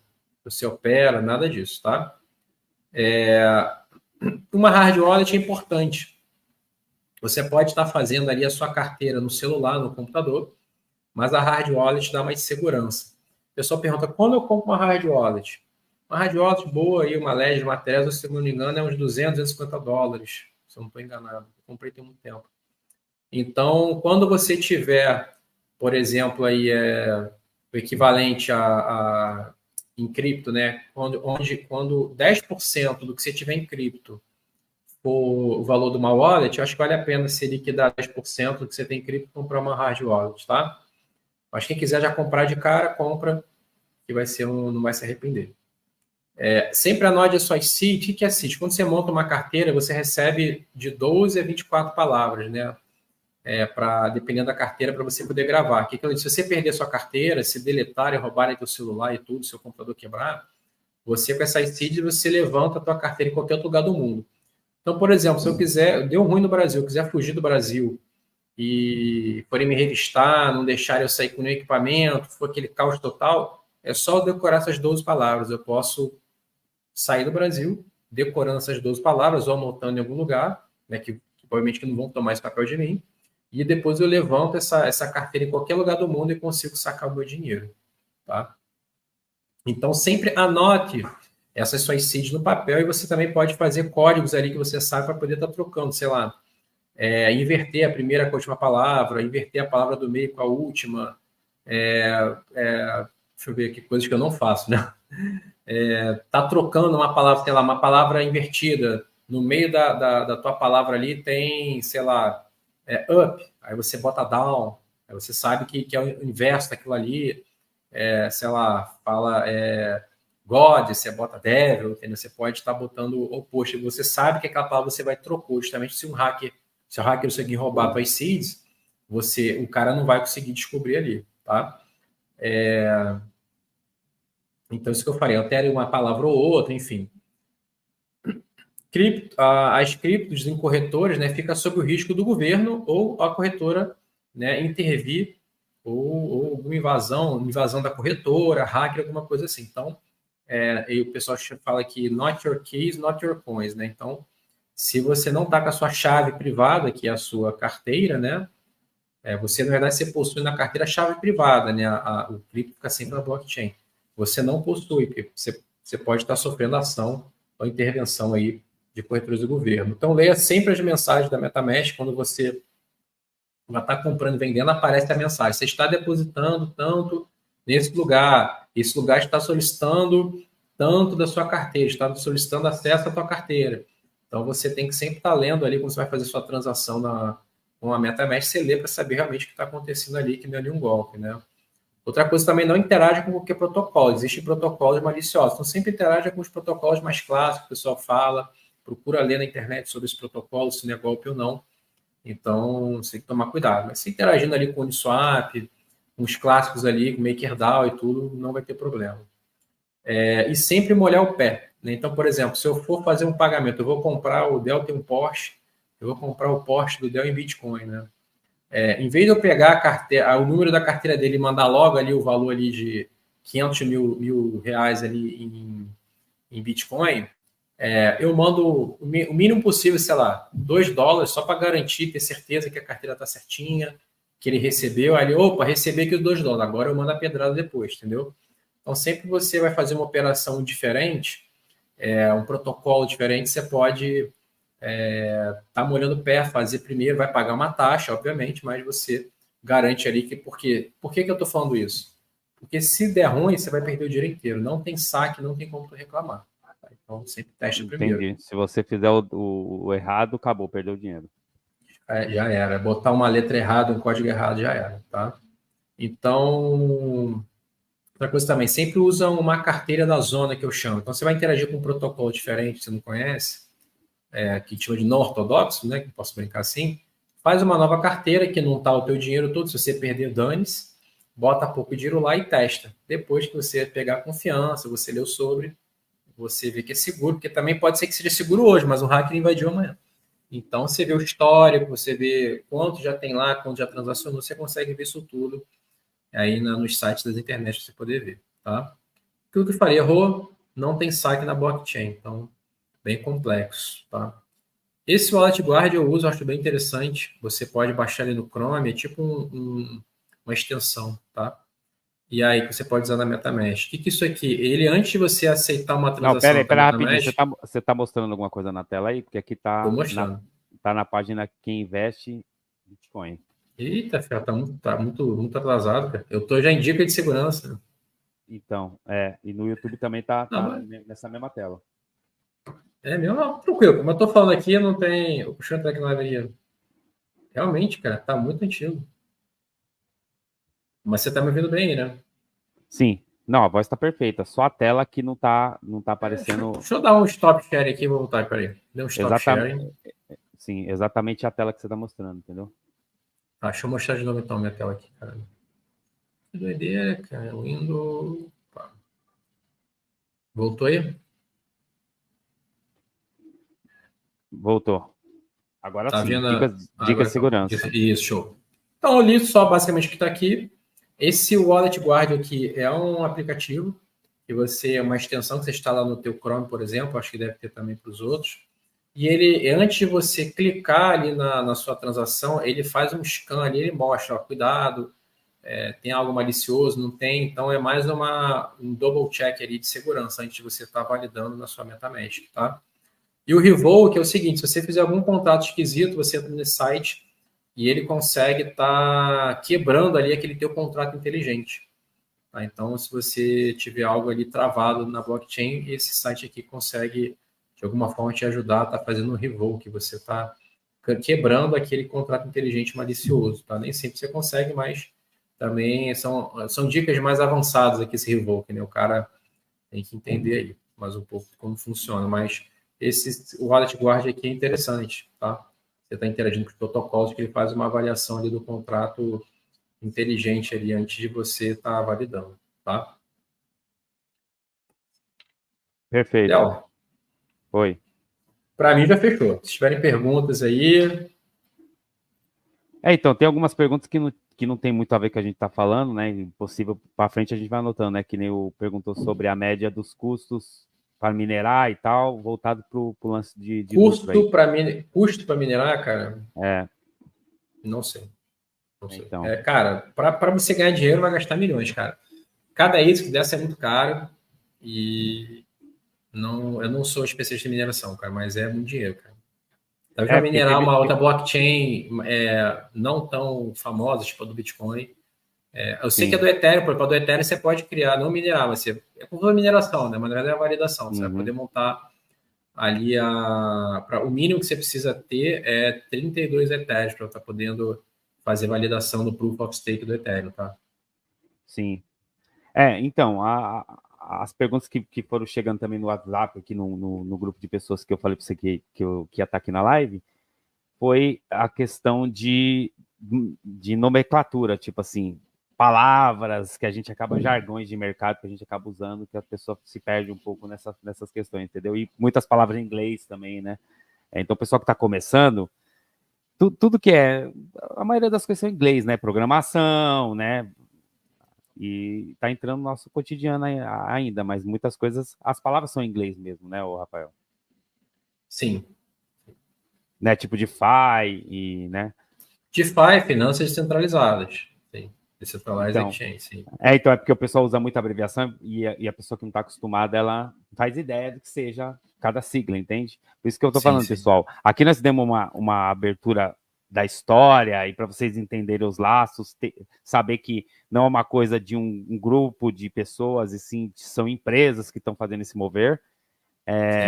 Mas mais para frente a gente pode ir pegando parte por parte. Por exemplo, o Rafa pode fazer um vídeo que eu posto aqui no meu canal só explicando DeFi, só explicando carteira, só explicando blockchain, e aí vocês vão entendendo pedaço por pedaço, montando a história inteira.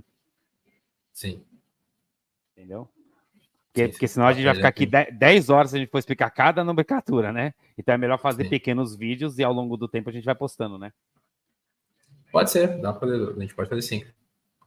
Não. Deixa eu só ver se eu consigo conectar aqui, peraí. Até já mostro aqui para a galera. Deixa eu ver se eu vou conseguir abrir aqui, cara. Eu tô sem a... Mas eu acho que eu vou conseguir. Swap, papapá, Launch App. Deixa eu ver se ele vai conectar aqui. Se conectar eu consigo... Pulse, papapá, Connect. E o pessoal que quiser seguir o Rafael aí é Veloso Invest. Veloso Invest. E tem o site minutoinvestimento.com.br. Eu vou postando ali notícias, tudo.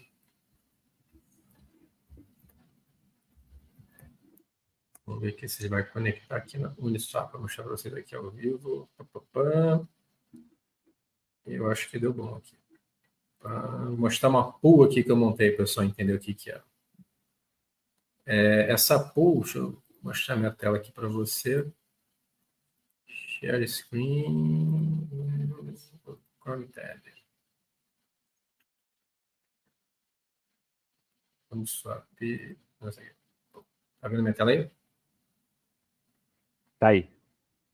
Eu montei essa pool hoje, tá? Botei aí média de $5.000, ela já me deu aí de FIIs $50. Isso aqui não fosse um dividendo, mas na verdade são aqueles spreads que eu falei. Então, se o pessoal começar a comprar essa moeda BSSB, que para mim é interessante, ela trabalha lá com os ordinals, que é da blockchain do Bitcoin, que é toda aquela parte que eu tinha comentado, que é novidade. Ela é tipo um banco central, ela está criando, ela vai conseguir tokenizar essa moeda aqui, ela vai trabalhar com a tokenização de ativos dentro da blockchain do Bitcoin e também vai estar criando stablecoins, que são moedas pareadas no dólar. Ele vai pegar lastro, por exemplo, de Bitcoin, tá? E vai criar o DAI2, que é que vai valer equivalente a $1. Então, o lastro vai ser Bitcoin, porém vai ser um stablecoin em dólar, entendeu? Entendi. Então, essa é a proposta desse projeto aqui, dessa moeda aqui, tá? E o Ethereum é o Rapid Ethereum, que é o Ethereum mesmo, tá? Vale 1 para 1 no Ethereum. Então, ali, eu estou ganhando aí, aqui em algumas horas aqui, acho que tem mais ou menos, sei lá, abri umas 4, 5 horas que eu abri essa pool, e aí já me deu $50 aí de FIIs, tá? Que seriam esses spreads. Então, o pessoal que está comprando Rapid Bitcoin desculpa, quem está comprando Ethereum e a BSSB, ela paga um spread, paga um FII, e aí esse FII cai na piscina. E essa piscina daqui tem alguns milhões de dólares lá, e eu ganho proporcional. Só para você entender o que é, entendeu? Então, o que acontece? Se o valor da BSCB subir, eu vou começar a vender Ethereum para poder comprar essa moeda. Se o valor cair, deixa eu ver se eu consigo pegar aqui agora o TradingView aqui, para pegar no gráfico lá. Tem um gráfico dessa moeda aí. Sumiu a tela aí, vocês estão vendo ainda? Tá dando para ver ainda. Tá vendo o TradingView? Tá. Então tá show. BSSB, ETH. Opa, BSSB. Tá até o range marcado aqui do que eu... Me avisa quando aparecer aí o TradingView para vocês. Apareceu já. Show. Vou tirar aqui esse indicador para não atrapalhar vocês. Beleza. O que acontece? Se a moeda, se esse range começar a cair, como está aqui, ele começa a vender o BSSB que está lá na liquidez. Finge que estava 50%. Tem 100 moedas de BSSB. Tem mais, mas finge que tem 100 BSB e equivalente a 100 de Ethereum. Né? Não 100 Ethereum, mas equivalente que o Ethereum vale mais do que essa moeda. Essa moeda vale $6 e o Ethereum vale $2.000, né? $2.200, só para ter noção. Mas, então, se o mercado começa a cair, ele começa a comprar mais Ethereum, entendeu? Se o mercado se o BSB começar a subir, ele começa a vender e comprar Ethereum, entendeu? Então, igual par de moeda, né? Igual par de moeda. Exatamente, é um par de moeda, BSB e o resto do Bitcoin. Se o mercado disparar e vier para cá, eu vou ficar com 0 BSSB. Eu vou ficar tudo em Ethereum. Mas só que a minha pool vai aumentar, porque eu vou comprando, vai valorizando, entendeu? Ele vai comprando e vai valorizando. Ou seja, se bater aqui em cima, ou se ele varar aqui para cá, mais ou menos, eu vou ganhar taxas, aqueles 50 dólares deve subir, sei lá, para 200, 300, 400, 500 dólares, tá? Depende do tempo, ele pode ficar para lá e para cá, para lá e para cá, eu vou ganhando taxa, mas se ele subir, sei lá, minha pool lá de 5, 5 e 100, vai talvez para 6, 7, 6 não, talvez vá para quase 6 mil dólares na minha pool, fora as taxas, entendeu? E se ele cair, pode ser que a minha pool reduza um pouco, mas se eu tivesse só o hold, como eu tenho hold dessas duas moedas, se eu tivesse hold, eu perderia valor também. Pronto, você tem lá a ação da Apple, né? A Apple vale, sei lá, 300 dólares. Se a ação cair, você vai perder dinheiro, teoricamente, né? Mesma coisa aqui. Então, se o ativo cair, ele começa a comprar. Se o ativo sobe, ele começa a vender para poder fazer mais dinheiro, entendeu? Então, se eu quiser fazer o contrário, também eu posso. Se cair, ele começa a vender, começa a comprar, enfim, cada estratégia é cada estratégia. Só para você entender o que está acontecendo aqui, entendeu? Eu botei meu range daqui até aqui, ele vai atuar daqui até aqui. Se ele disparar, ele vai começar a comprar. Se ele cair e parar aqui, ele começa a vender e comprar o outro ativo. Ou seja, como os dois ativos são interessantes para mim, se descer aqui, eu vou ficar com tudo Ethereum. Se ficar aqui, eu vou ficar com tudo em BSSB. Entendeu? Aí eu posso vender metade desse lucro, comprar mais Ethereum e fazer um outro range. Passo daqui até aqui. Entendeu? Aí começa a análise gráfica. A não ser análise gráfica, meu amigo, bota um range grande. Ou bota sem range. Só que acontece, quanto maior for esse range, menos taxa ele vai pagar. Entendeu? Sim, entendi. Quando você compra mais próximo, eu vou pegar aqui, isso aqui não é. Bateu aqui o mesmo valor, é um valor aproximado. O site faz aproximações. Vocês estão vendo no site aí, o Poolfish? Tá vendo, chegou aí. Vamos lá, eu vou botar aqui, ó, o BSSB, tá? E vou botar contra Ethereum, tá? Calcula. Se eu for pegar, eu vou botar quanto lá? Vou botar lá, 5 mil dólares. Ele vai começar a calcular para mim. Aqui o range está tudo aberto, ou seja, eu vou ganhar bem menos taxa por dia ali. Tá? No caso, não está nem calculando aqui, não sei porquê, deve ter dado algum bug no site. Mas se eu começar a apertar o meu range aqui, ó, tá vendo o preço aqui, ó? Uhum. Deixa eu pegar lá o range que eu tô. Deixa eu pegar lá na... não lembro, acho que era mínimo aqui, acho que era 0,4 e... você tem que escrever aí, né? E 0,5 aqui. Tá vendo que tá andando o range aqui, ó? O preço tá aqui, desculpa. O range era 0,6. Opa. Máximo preço. Não. Quanto é que tá agora ali? Não, 0,3. Por isso que não tem aqui, tá? Por isso que não pegou. Teria que botar 0,3 até 0,5. Tá vendo? O range aqui, ó. O preço tá aqui. O range tá daqui para cá. Se eu começar a apertar, tá vendo? Ó. Se eu começar a apertar aqui o range, ó, tá vendo? Tá vendo aqui o range andando aqui, ó? O mínimo e o máximo? Sim. Se eu começar a apertar o meu range, que é aquela ó quanto que eu ganho mais ou menos em 24 horas, que ele está estimando aqui de fees, tá vendo? Tá? Se eu começar a abrir meu range, ele começa a pagar menos. Tá vendo lá que mudando o preço? Tá? O meu range Deixa eu ver se vai aparecer minha tela. Não, acho que vai aparecer. Opa, deixa eu ver aqui no... Apareceu ali 367,10. Não, deixa eu pegar aqui na outra tela aqui o meu range e eu já volto lá. Eu acho que ele só vai mostrar uma tela que eu tenho ali. Entendi. Espera aí, deixa eu pegar aqui. Eu vou pegar aqui o range e eu boto lá certinho o range que eu tô aqui. O range que eu tô é do 0... Vou botar aqui agora. O mínimo é esse. Só para estimar o quanto que essa pool deve dar em um dia, tá? E o máximo é esse aqui, ó. Ele está estimando aí que eu vou ganhar em 24 horas aí $1.000 mais ou menos. Com esse range apertado do jeito que tá. Entendi. Aí eu em 3, 4 horas ganhei 50. Então pode ser que a volatilidade desse cálculo aqui não tá tão atual, entendeu? Mas só para vocês entenderem aí. Eu estimo que em 24 horas eu vou ganhar uns 300, 400 dólares aí, tá? Talvez metade disso aqui. Mas só para vocês entenderem o que é. Quem está distribuindo volatilidade num range maior, tá vendo? Isso aqui é range de preço, tá vendo? Esse gráfico aqui. Uhum. Quem está distribuindo nesse range maior está ganhando menos, entendeu? Ó, se eu for abrir o range, ó, para cá e para lá, ó, Começa se eu a for abrir o diminuir. range, começa a diminuir. O estimativo que eu vou ganhar é difícil, entendeu? Porém, se o mercado passar daqui, eu vou ter que remontar minha pool. Remontar a pool, você gasta taxa.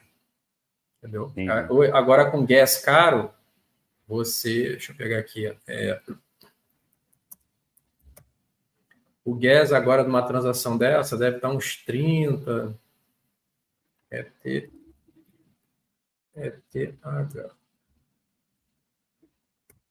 Deve estar uns 30, 40 dólares. Vamos ver quanto está aqui em Waze. Waze é a fração do Ethereum, tá? A fração do Bitcoin é o Satoshi. Uma pool dessa deve estar gastando mais ou menos aí uns 35 a 40 dólares para montar uma pool dessa, tá? Entendi. Tem como existem vários rastreadores aí de gas fees, né? Um que eu gosto também de ver é esse daqui. Deixa eu ver se esse aqui não. Cadê ele? Não estou achando agora o que eu costumo utilizar aqui, mas enfim. Ele mostra mais ou menos um histórico aí. Mas enfim. Deixa eu dar um top aqui para a gente.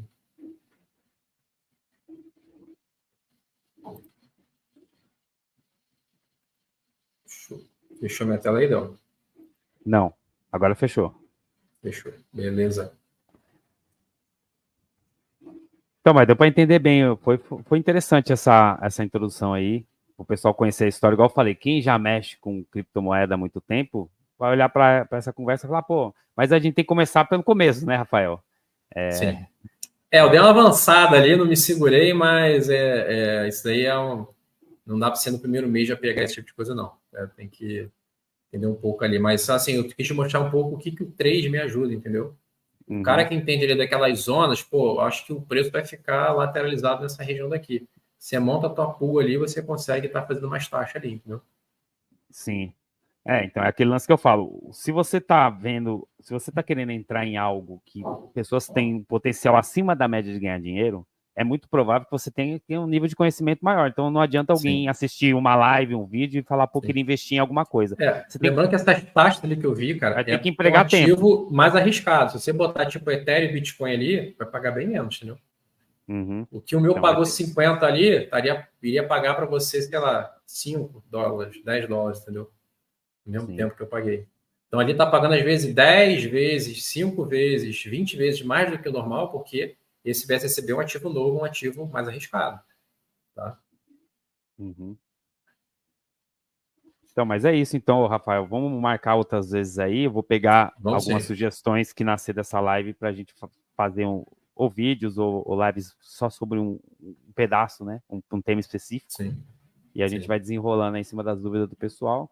Queria agradecer o pessoal aí.